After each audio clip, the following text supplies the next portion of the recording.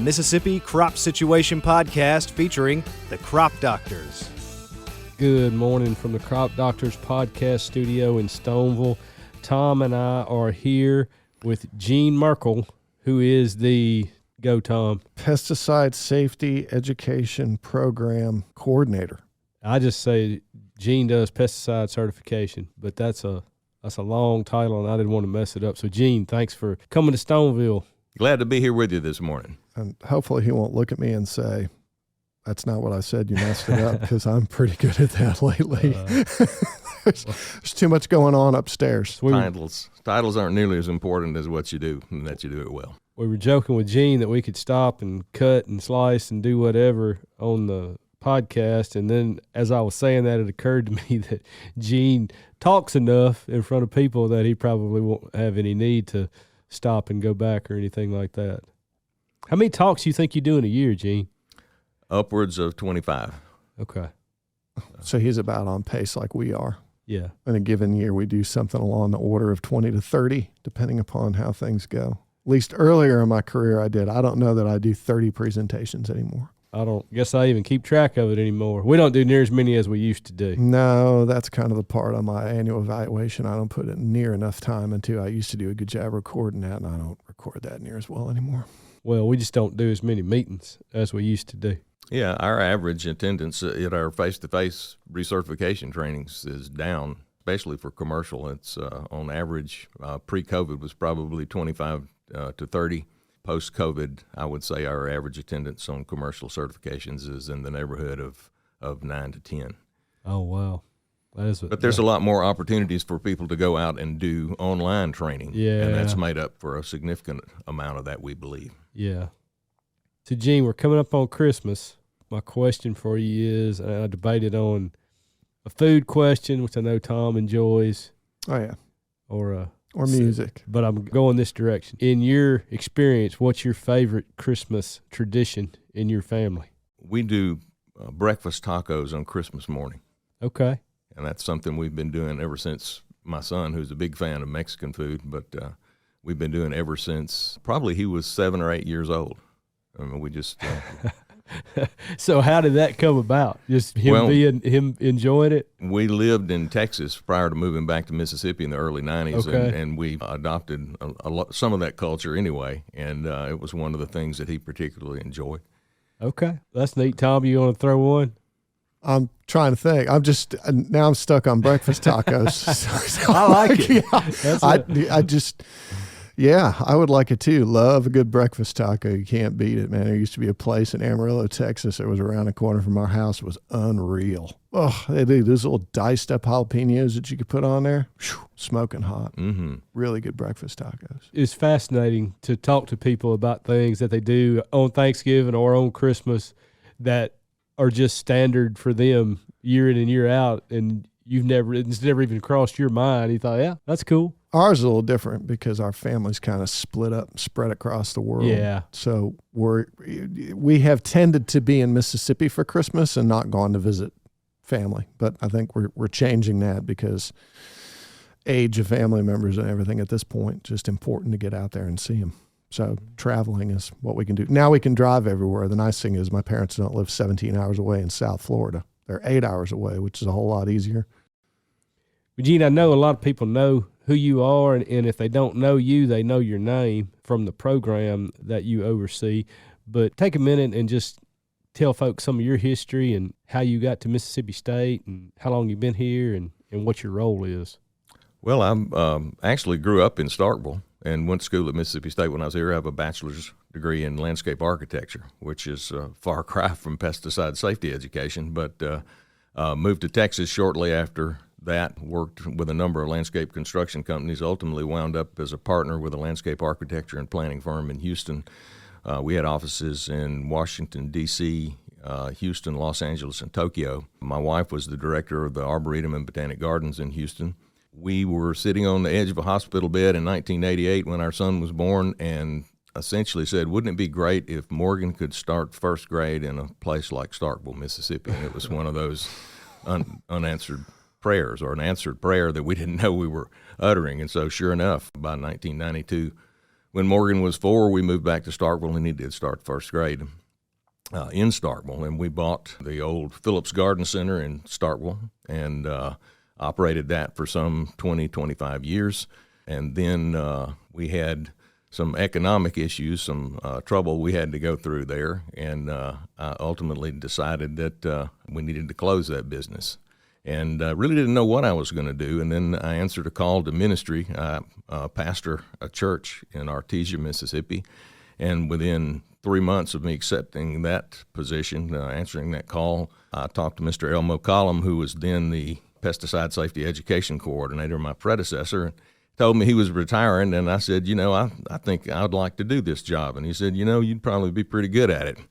And given my experience in grounds maintenance and that sort of thing, he sort of greased the skids for me. I made an application and actually was hired as a spray technician, if you can believe how they put parfs together, but ultimately wound up in the position of pesticide safety educator. Been here since August the 1st of 2015, and really enjoy what I do. I love to talk to people. I love to be around people, and that just tends naturally toward educating people about pesticide safety.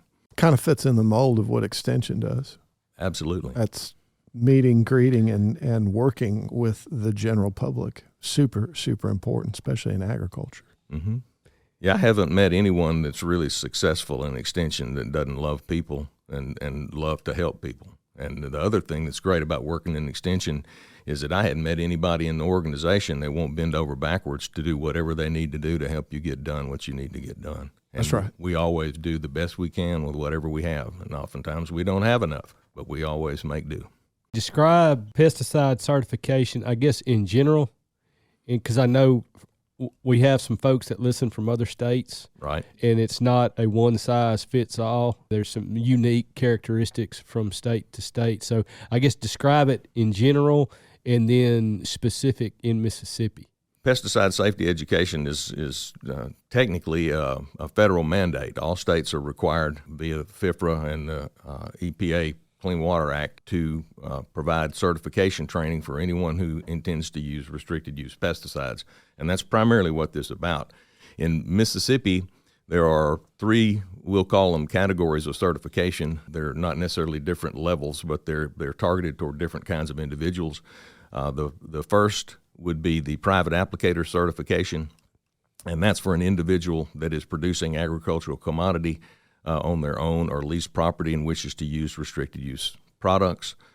Commercial applicators are individuals that would they want to use restricted use chemicals typically as an employee of a larger entity. Say, for example, Mississippi State University would have demonstration and research applicators, and they fall under the umbrella of their liability protections and that sort of thing.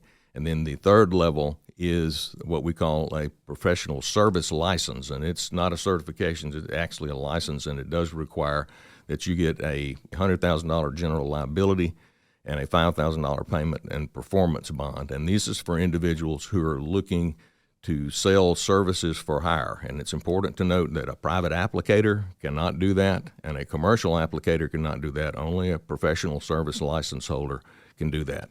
Now, most states offer reciprocity in commercial categories. They do not offer reciprocity in private applicator, and they do not offer reciprocity in professional license holders. So if you're a professional license holder in pretty much any state you go to, you're going to have to pass their exam. Sometimes they will waive the general standards requirement and just have you take the class of certification that you want, say, for example, ag plant or ornamental and turf. What's your general breakdown then on the numbers of people that come and do pesticide certification or recertification? How do they classify within any of those categories? In Mississippi, there are approximately 12,000 private applicators. As far as commercial applicators and license holders, there's approximately 3,800, somewhere in that neighborhood. And I don't have a breakdown in my mind as to what the difference in professional service license holders and commercial guys are. But the commercial certification holders and professional service license holders do have to recertify every 3 years, and the private applicators have to renew their certificates every 5 years. That largest category, the private applicators, have you seen those numbers go up in recent years with the extend and enlist technology, given that the products used there are restricted use, and then there's some language on the label about certified applicators? I think what we have seen is an increase in the number of private applicators, and this is primarily due to the onset of the worker protection standard. Because that was my next question. Instead of having to train every year and keep records of that for 2 years, if a private applicator is technically qualified to do the worker protection standard training, and you don't have to keep up with the record keeping because they just have to renew every 5 years. A lot of ag establishments have been seeking to get all of their people private applicator certification. So what does that training look like? Step one, the initial certification, and then the recertification later on. What do those trainings look like? For a private applicator, currently, and one of the things I'd hope to set forth or get out in this podcast is we're in the process of revising the private applicator training due to some new EPA requirements. And this started, believe it or not, in May of 2018, and we've been working with back and forth with the Bureau of Plant Industry, them submitting newly proposed plan to EPA reviewing, sending that back, us modifying more things. But anyway, it's taken about 5 years to get this thing put together. The current training can be done online, basically a 25-question test that comes after you watch about 2 hours worth of videos. This new training that we're going to do is going to be upwards of 3 hours. It will also have different segments of commodity specialists that will be talking briefly about the commodities that they work with. And the main goal there is to make sure that our private applicators will know who they need to get in touch with in the event that they have a question or need assistance with a particular problem. But we're in the process of, actually we're going to start recording this new training tomorrow morning. It's 12 chapters, probably in the neighborhood of 3.5 hours worth of training. Not what everybody loves to do, but that's pretty important. How will that make your job a little bit easier? Will you still have the number of face-to-face meetings that you offer throughout the state, do you think? Well, most of our private applicator training is administered by county agents. And we're doing a series of in-service trainings at the end of February and 1st of March next year. We'll have one here at DREC, one will be at the North Mississippi Research and Extension Center, one will be at Central Mississippi Research and Extension Center in Raymond, and the other one will be at the Extension Office in Hattiesburg. And in that, we hope to get all of our county agents that hold Category 10 research and demonstration and want to deliver the training, become part of our plan of work. We hope to get them aligned as to how to deliver the training, and then we'll make video material available to them. As far as my personal load, it won't make a whole lot of difference. So you're basically training people to administer the training is what you've kind of evolved into now with the online stuff. To borrow a phrase from the worker protection standard, train the trainer. That's the nature of it. We hear that a lot too. Yeah. They've been using that for quite some time now within multiple disciplines. So then what does recertification look like, Gene? Well, recertification as it is now, several ways you can do it. Anything that's sanctioned by the Bureau of Plant Industry. In other words, if you were to give a seminar and it consisted of at least 5 hours of material and had at least 1 hour of that dedicated to pesticide safety, then the Bureau could approve that. But typically, we have to have at least 5 hours of material. At least an hour of that has to be pesticide safety related. You mentioned the Bureau, and I encounter that occasionally in what I do. Some people confusing the Department of Ag and then the Mississippi Bureau of Plant Industries with Mississippi State. So in your program, you're doing the training, but Mississippi State has no oversight over, in the case of the license. Correct. We don't handle that, and the Department of Ag through the Bureau of Plant Industries handles that. So I guess explain the delineation between your role and your program's role in pesticide certification and then the Department of Ag's role. Technically, I'm supposed to be a liaison between the Extension Service and the Department of Agriculture, and where those two meet is at the Bureau of Plant Industry. We operate under a memorandum of agreement. The extension office signs off on, and the director of the Bureau of Plant Industry signs off on. Essentially, we work hand in hand. We handle training, and that's one of the things that I try to get across to our people that we're recertifying. We're not the police. We're not the guys, regulatory authorities. We're not going to put you in jail. If anything, we're going to keep you out.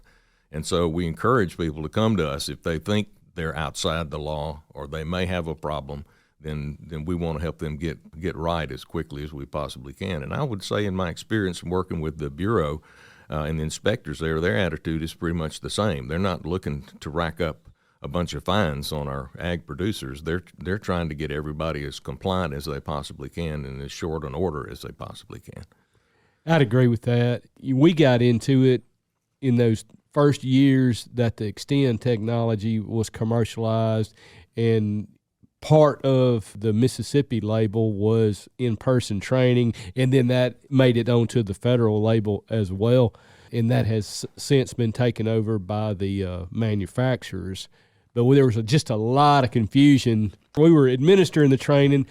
The online portion of it was available through the Mississippi State website, but that's just where it was because the Department of Ag, they didn't have an office to accomplish that. Ag Communications, Extension Communications did all of that for us, recorded the videos and got all that online, and then the testing procedure too. So it was all Mississippi State, but it was really all Department of Ag. We were like you. Right. We were just the liaison, just throwing an assist.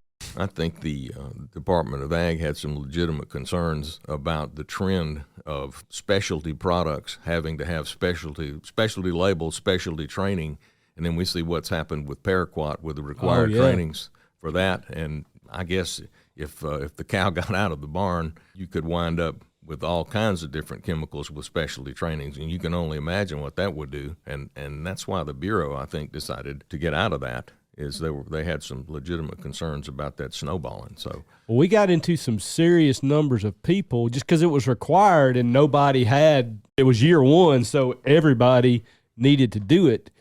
And so we got into some serious numbers, and just the logistics of executing it all got to be. I remember your headache. Comments very vividly about having those in some county offices and saying there's not room for the number of people that are coming through the door, and that can happen pretty easily. Yeah, standing in the hall and scheduling impromptu, hey, we can't get everybody in here, so come back at 2:00 and we'll do it again, even though we weren't scheduled to do it again. It was a challenge. We didn't have any experience, so we didn't know what to expect, and the numbers really put a strain on us there for a year or two. COVID took care of that. The week that the world shut down for COVID was the week we were scheduled to do our in-person training for Extend that year. Wow. And, of course, that all got canceled. There's no telling how many text messages I sent the day that all got canceled, just telling people, hey, we'll do it, but I don't know when or what it'll look like. How's that? How do you see that has changed in the years since you've taken over when Elmo Cullum departed? From a regulatory standpoint, I think I see the desire for there to be more and more control over what happens in just about every aspect. I mean, we have a limited number of methods that we use and a limited number of products, and where those overlap, we have what we call effective control. And when you reduce methods and reduce products, then you lose control, your loss of effective control. And I see that as a real trend. Some of the concerns about pollinators that are out there, I think there's a huge move underway to try to make people more aware. And I think, unfortunately, the media may have the notion that pesticides are the primary problem. Most bee scientists will tell you that varroa mites are the biggest problem we have with regard to pollinator health and how well the colonies are doing. I would say that's just a general lack of understanding within the media entities in this country. They oftentimes don't appear to go to the right people with the knowledge, and they focus on what they're hearing from the loudest people in the back of the room.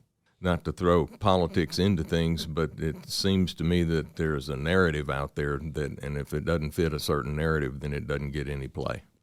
Gene, as we wrap up, you mentioned the overhauling the pesticide certification training. And am I correct that Mississippi, on the federal level, Mississippi's kind of at least in the first group of states that are doing that? The last meeting that I attended where we actually discussed that, I want to say that we had more than half the states have been approved. We were probably in the first third of states that got approved, and I think the plan that we put together was reasonable. I think it's something that's doable from our end, and I think that our regional EPA folks were pleased with it. Otherwise, they wouldn't have approved it. And, of course, the Bureau of Plant Industry and the folks that got to do the regulatory work on it, they were pleased as well.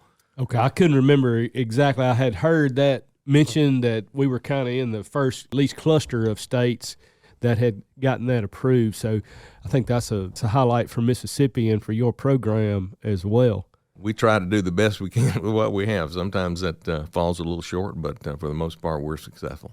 Highlight, Gene, where folks that are interested in your program, where they can find that information, and then where they can go to find the training. Best advice I could give you there would be to go to the Mississippi State University Extension website, MSU Cares.